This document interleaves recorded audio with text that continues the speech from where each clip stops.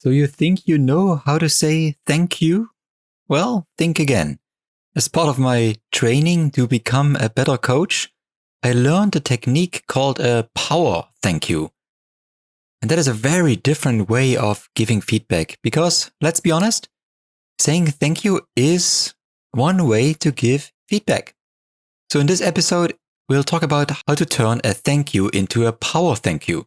What that means is that will become absolutely intentional. Interested? Well, more after the break. This is the Coaching Leader Podcast, a resource for modern, busy people leaders like you who know that just directing people simply does not work in the long run. We provide focused skill practice and the relevant thinking models, so you will ask better questions and make your team shine. Freshly served to you by IntelliCoach.org from hot and spicy Singapore. So welcome back, this is Mike from IntelliCoach. So what makes a thank you become a power thank you? Well, obviously you don't say power thank you. A power thank you is a different way of sharing the contribution of someone else. And what makes that so useful? This is what we'll talk about today. The credit for the power thank you idea goes to Mark Goulston. And I found this idea as part of a coaching mentorship and also in his book, Just Listen, Discover the Secret to Getting Through to Absolutely Anyone.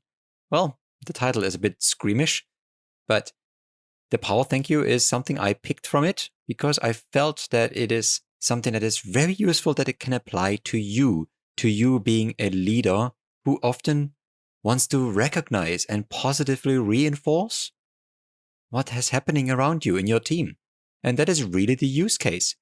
As a leader who is listening to this, you are very well aware that positive reinforcement is a powerful force. And maybe you are even using a strength-based approach and you want to find out what your team members really are doing well.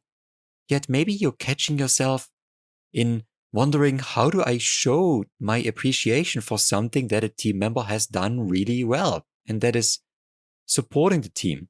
Well, there is a way how to do this. Let's say a team member helped you by reviewing one of your memos and it made a big difference. It made you recognize that you had some blunders in it and it helped you to come across much better to your own peers when you presented it. How do you say it? Well, a power thank you is not simply saying, well, I just wanted to mention I'm really thankful and I really appreciate what you've done for me for that report. It has helped me a lot, so thanks for what you've done. And then move on. Well, ding ding ding, missed opportunity. What is a power thank you instead? A power thank you could sound like this. Thanks a lot. I want to take a moment to thank you for the way you helped me on that report last week. I cannot believe that you took more than 1 hour out of your day and that you helped me review my entire draft memo. And I especially like that you took the effort to highlight so many things. My word choices, my sentence structure, and the fact that in the introduction I mentioned to share one element and I forgot about it. So my closure was weak because of that. So I can tell you that this has made a real difference and I've been able to craft a document that my peers say is very strong. And it's so much clearer to them now what we as a team want to achieve. So you had a big contribution to that. So thank you. Well, let's stop. What did you hear? What is the difference between the first version and the second version? Aside from the obvious fact that the second version is much longer? Well, a power thank you consists really of 3 things. Number 1, we are specific. Number 2, we acknowledge the other person's effort. And number 3, we tell the other person the difference that their act personally made to you. So I'll share my power thank you one more time. And maybe now you listen for what I mentioned. The specifics, the effort, and sharing the difference that it made. I wanted to take a moment to thank you for how you helped me preparing that report last week. I absolutely cannot believe that you took more than 1 hour out of your day and that you helped me review my entire draft memo.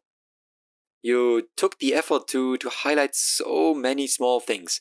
My word choices, my sentence structure, And the fact that I totally overlooked one thing from my introduction and I missed out on closing it and including it in my closure. That's why my closure was quite weak in the beginning. I'm pausing here for a moment. So what this was so far was specifics, and I've acknowledged the other person's effort. I'm showing that I care about details. And care about details, by the way, is a big signal of appreciation.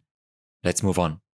And I really also want to tell you that this has made a real big difference in the way how I was able to finalize this document quickly, and that my peers during the presentation said it was absolutely clear what the message was.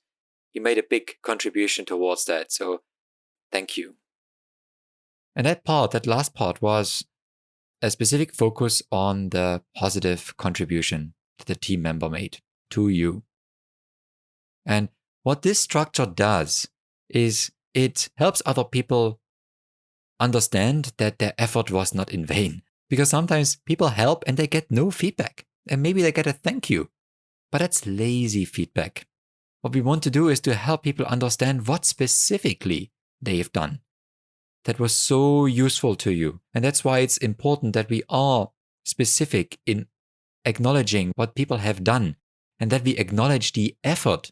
If you adopt this kind of structure, and it doesn't have to be very long, you have a very profound impact. People won't necessarily be able to pinpoint what exactly it is, but they will feel more appreciated all throughout. One more example. Let's say your team member gave you some feedback after a past presentation and you want to acknowledge that. The lazy feedback way would be, oh, well, by the way, I wanted to say thank you for the fact that you gave me some feedback after the presentation last week. I really appreciate it. Thank you. It was very useful for me to know that. Well, that's it. And frankly, that's what many people do.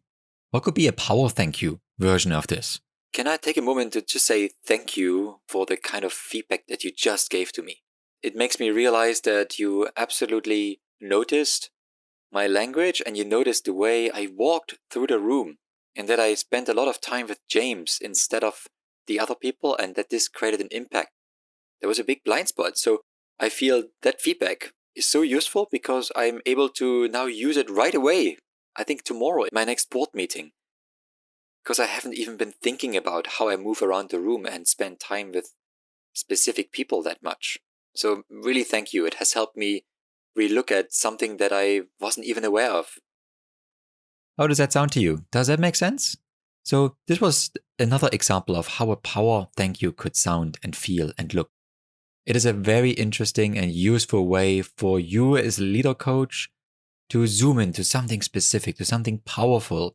Because the moment you use specifics, you reinforce them. You put a spotlight on something somebody does. So I hope this is useful to you. And I hope you will be able to use this in one of your upcoming team meetings. Actually, that's my challenge to you. In a team meeting or in a one-on-one, find a spot for one power thank you.